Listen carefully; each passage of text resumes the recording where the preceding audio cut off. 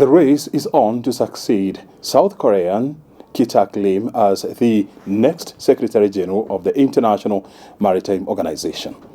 Kenya has fronted its candidate in the name of Ambassador Nancy Karigedu. This week on Inside the Government, we're talking to the ambassador and we want to find out what is Kenya's mission and what is her assignment if she succeeds. Thank you very much indeed, Balozi, for joining us here. First of all, help us understand how critical is IMO to the global economy? Thank you very much for the opportunity to speak to Kenyans on this very, very critical issue. IMO, or the International Maritime Organization, as you are aware, is the specialized United Nations agency charged with ensuring safe, secure shipping on clean oceans. Now, when we talk of shipping, it's very, very important. First of all, let's contextualize IMO within the oceans for which it is charged. As you know, the maritime domain is the cornerstone of the livelihood of humanity, responsible for resources, and humankind relies on the oceans for food, and 90% of transport routes for global trade. So that means that our entire economy is dependent on the oceans, and this is where IMO steps in to ensure that maritime transport is carried in the most cost-efficient and also, pollution-free environment. So that there is the crux of the matter. It is very, very important. And Kenya has been a member of the IMO since 57? 73. Yes, IMO was started in 1948. What would we say, how have we benefited from being a member of IMO? I think you could say that we've emerged as leaders in the blue economy, if you can say that. Since IMO has been supporting, or rather we've worked very, very closely with IMO, have been members of the IMO Council, that's the governing body that ensures that governance issued, that looks after governance issues of the organization in the 2 years between assemblies, because that's the structure of the IMO. So we've been very, very involved in the processes of IMO in terms of governance, in terms of rule making. First of all, I digress. How does IMO ensure that its mandate is delivered? Through collective rule making, because that's the most efficient method of ensuring that the mandate is delivered. So the 175 member states meet, discuss issues, and come up with globally accepted rules that are then implemented by each country individually. So IMO does not implement, it just facilitates rulemaking. So for Kenya to be a member of the IMO and most important member of the Council means that we are right in the middle of rulemaking, and ratification of those conventions is what now gives the world order in terms of the mandate. For example, very recently, Kenya championed the development of rules to guard against illegal wildlife trafficking in guidelines that were adopted by the IMO relevant committee, that's the Facilitation of Trade Committee, in May 2022. So Kenya has been a very active member of the IMO and a pillar in terms of maritime safety and security, particularly in the region. First of all, or rather the other thing to note is that maritime security is very, very important, because you're talking of ensuring that people's private assets, because it's individuals like you and me who invest in the ships that ply the world's trade, that 90% of trade, and which are the subject of IMO regulation. Now, if we don't make the seas safe, then it means we are going to affect the economies of various states. I'll draw the example from piracy, when the Indian Ocean was ravaged by piracy in our waters. You will recall that Kenya played a critical role in ensuring that we were able to reduce piracy. First of all, stepping on the plate and lending our judicial and prison systems to deal with the pirates. If that wasn't available, then it means that the world was on a losing battle, because once you catch the pirates, you release them and then they go back, prepare better, or other suspected pirates, they prepare better and come back. But when Kenya stepped on the plate and the judicial system was used to try the pirates using our legislation, and the prison system stepped up to make sure that they were punished, then we started to see that easing up. So Kenya has been a very strong pillar of implementation of the IMO conventions, not just nationally but also globally. The other thing is Kenya hosts the IMO regional presence in Nairobi for Eastern and Southern Africa, yeah, which has been a very active and very vital organ in ensuring the uniform application of IMO conventions within the region. And that has also been a very big pillar for implementation of safety, security, and marine pollution prevention programs for the IMO in line with the relevant conventions. And the last thing I'm going to mention is Kenya has also taken the baton in terms of the latest initiative and challenge that the IMO is facing, and that is the decarbonization of shipping, in order for the shipping industry to align with the Paris Agreement.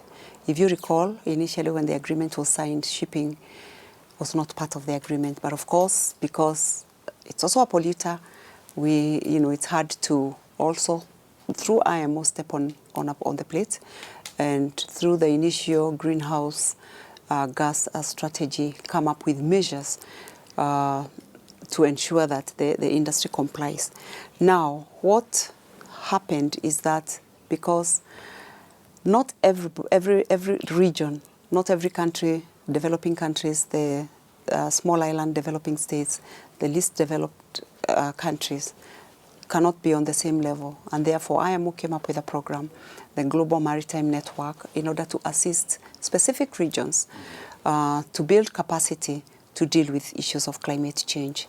And the process was done by a bid, and Kenya won the bid to host one of the 5 institutions initially set up by the IMO with funding from the European Commission to assist developing countries, the SIDs, the LDCs, in building capacity to deal with the reduction of emissions, greenhouse gas emissions from the shipping industry.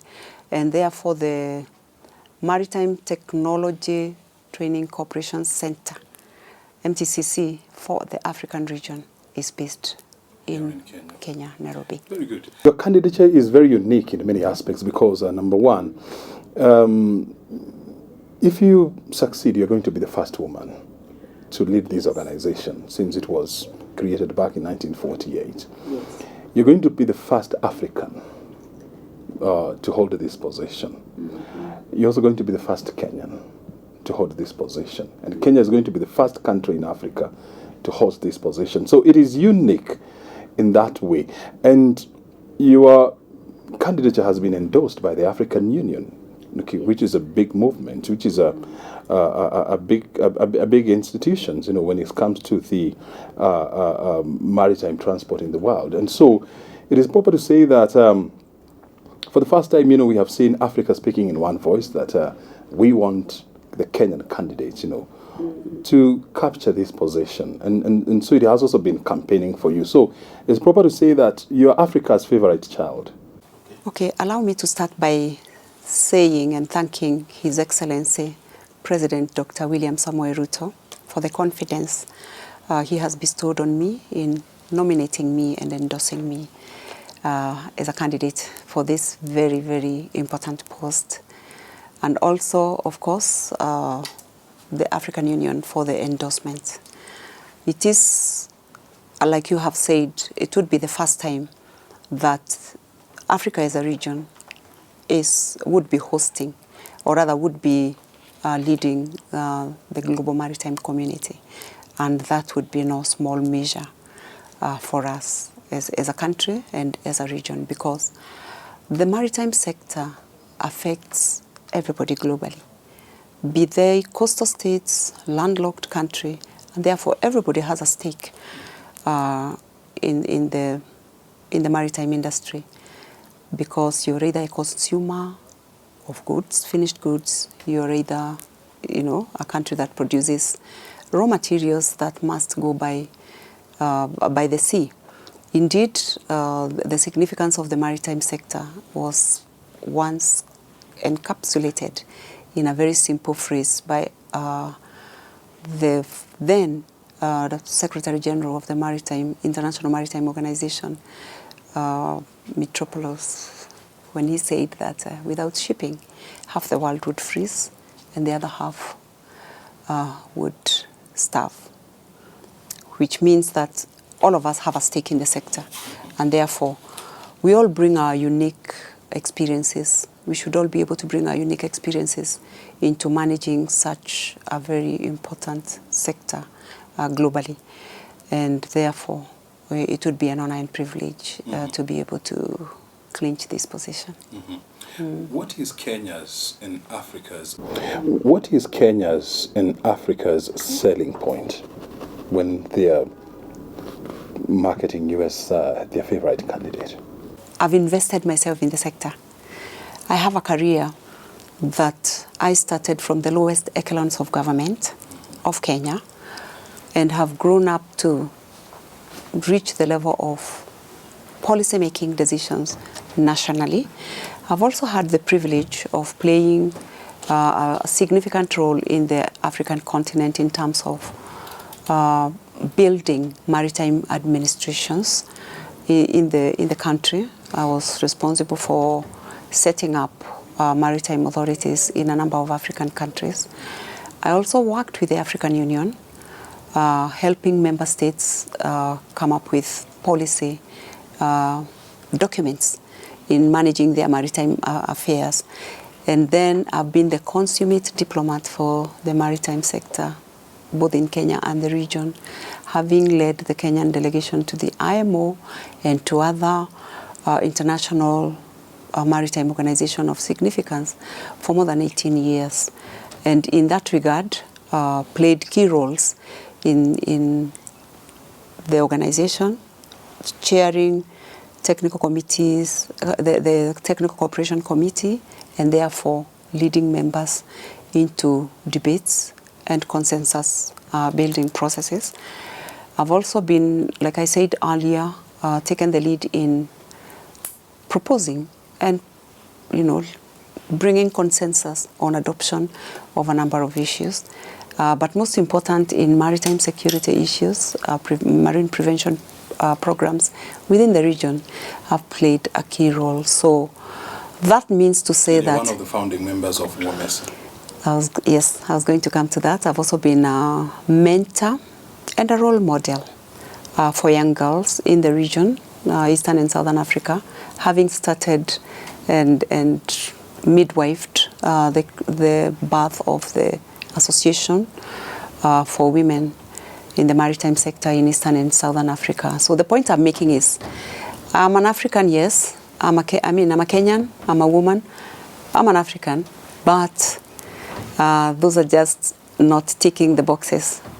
I'm grounded in what I'm doing, both at the national level, at the regional level, and in the global front in terms of what it takes to run an institution like the International Maritime Organization, and also consensus building and diplomacy. The other thing I need to mention is that Kenya is a country that is very, very strong on multilateralism. It's a safe pair of hands.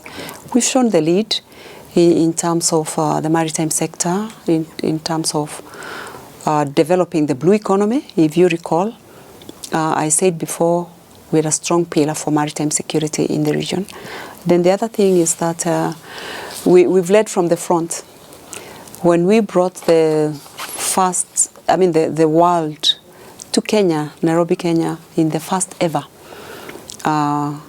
global conference on the sustainable blue economy, that was speaking and leading in 2018. That was leading from the front. Then, of course, the co-hostship of the Second Oceans Conference with Portugal. We've not been shy in terms of taking our position, and of course, right now, leading the decarbonization journey from the front through MTCC Africa. So it's been an incremental journey. And it's proper to say that your candidature is completely grounded.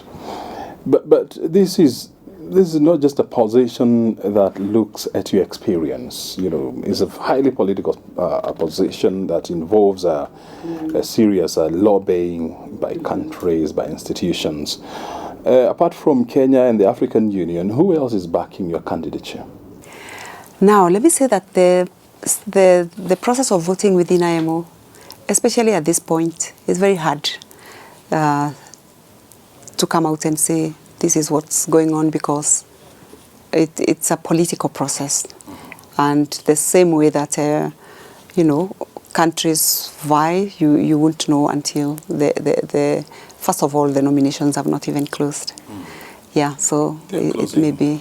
But I have confidence, and I have a lot of support within the frameworks of government, the structures, the government institutions that are relevant to the process, the ministries, are walking this journey with me, and I couldn't be more proud of my government, because this is a journey that Kenya has walked before in terms of candidature, and I have no doubt that we have the experience as a country to walk this journey. As we've been saying here, this is would be considered an international political issue because of the issues at stake. When you consider the fact that 90% of global transport is through maritime.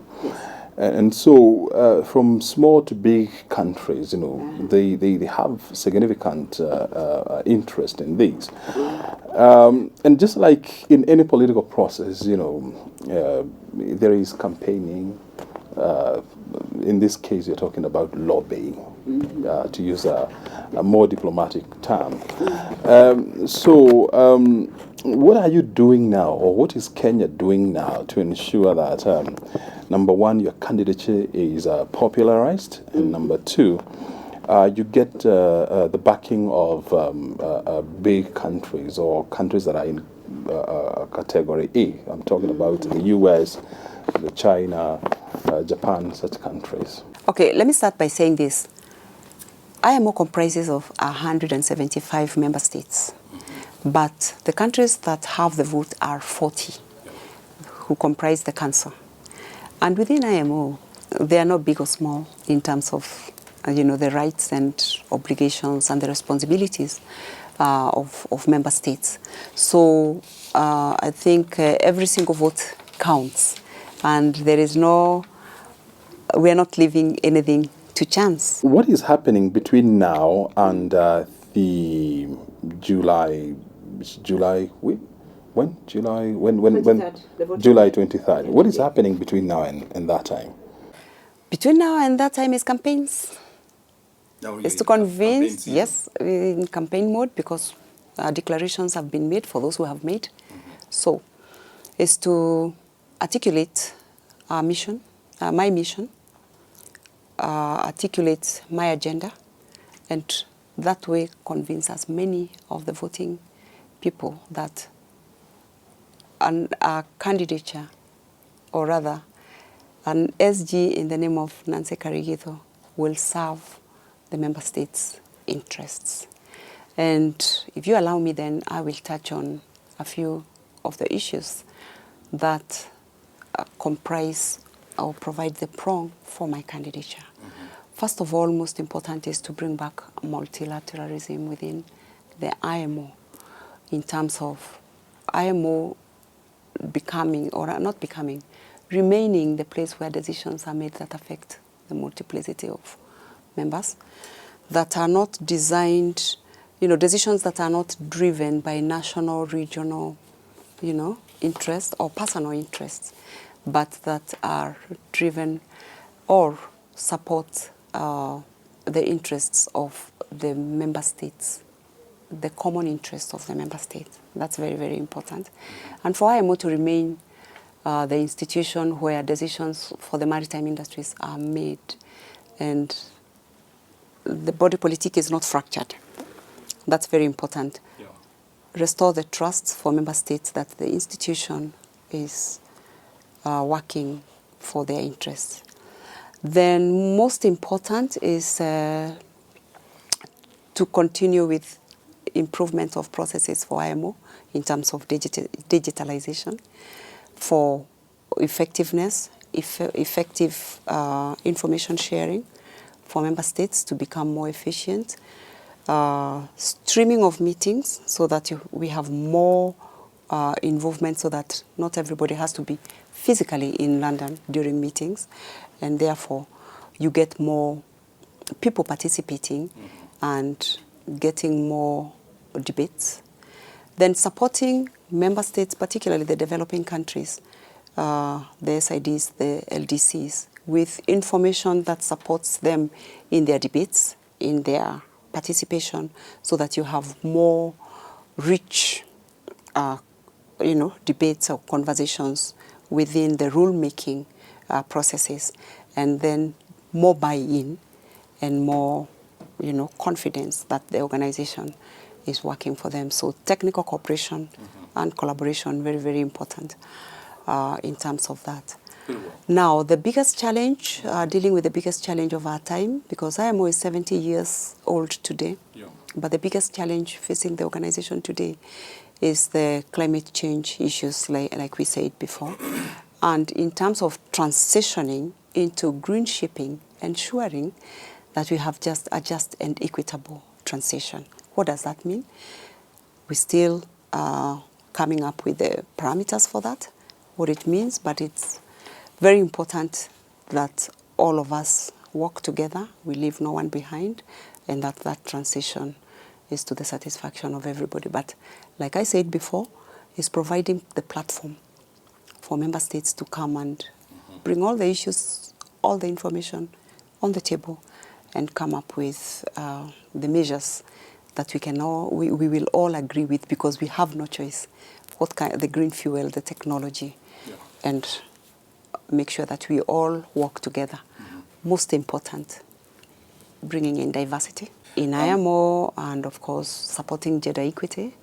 Very, very important in terms of welfare and capacity building of seafarers to embrace the change and to have the capacity and the competence to be able to implement the change that is coming in terms of the new fuels, in terms of the new technology, bringing everybody on board. And most important, that big gap of 2% only of women in the maritime sector that we must deal with, because it's like going into a football field and only using half your team.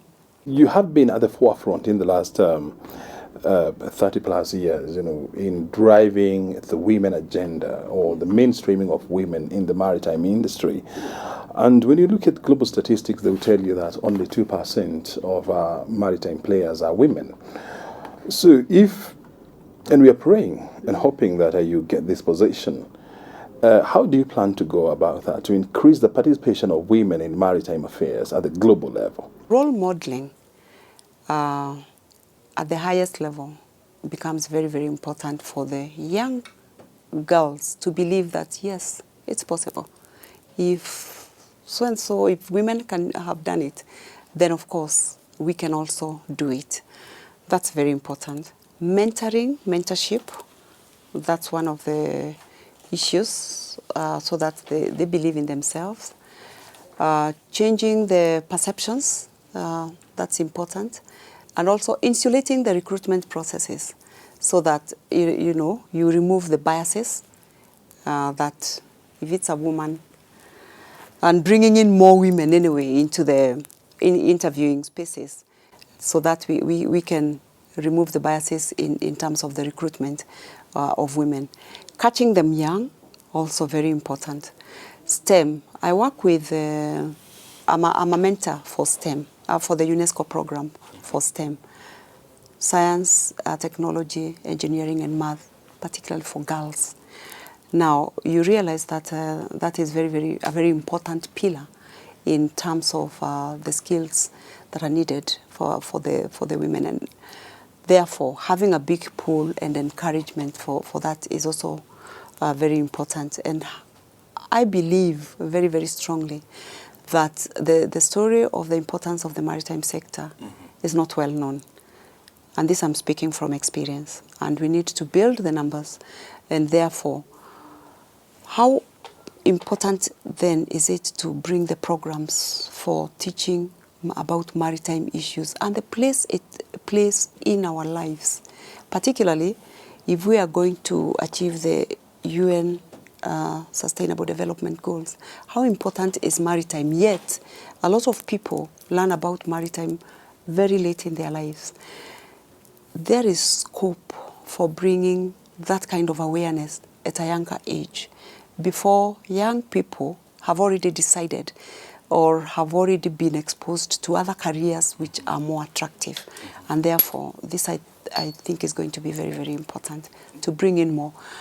And that cures two issues. One is to bring in, of course, more young people into the sector, boys and girls included, but also at a later stage in their lives, creating the body politic that then supports the maritime sector in terms of implementation of the very key, development and implementation at national level of the policies that are needed to support the sector. That is also very, very important. Very well. As we wind up this interview, what is your message to the people that are watching you today? We are ready to give IMO a new look, to lead IMO from the front. We are ready as this region to be able to bring a new way of thinking, a new way of looking at things, and to also drive the global push for an industry that plays such a key role in our lives, in all our collective lives. Yeah. And we are calling for their support to support our candidature as a country, as Kenya, as a region. Yeah. And that message goes to as gender. 40 nations that have the voting right. And 175 nations that will have, as an assembly, the right to endorse the decision in December of the council. Yeah, in December. Well, Balozi, thank you very much indeed for joining us, and we are looking forward to your swearing in. Thank you. On the 1st of January. On the 1st of January, 2024. Okay. I don't think there's a swearing in. Well, there's a handover. Yeah. Well, there's a handover. You call it handover there. Yes. So we look forward for that handover ceremony as Kenya takes over the leadership of IMO. Thank you. I believe it will be such a moment for us to behold. Thank you very much. Well, we've been talking to Ambassador Nancy Karigidu. She is the Special Envoy for Maritime as well as the Blue Economy. She's also Kenya's candidate for the Secretary General of the International Maritime Organization. And you have heard it from her. She's up for the job that is ahead of her. You have been watching Inside Government, and we take this opportunity to wish her all the best in her future endeavors. My name is O'Brien Kimani. Thank you very much indeed for your time. Have yourself a good afternoon.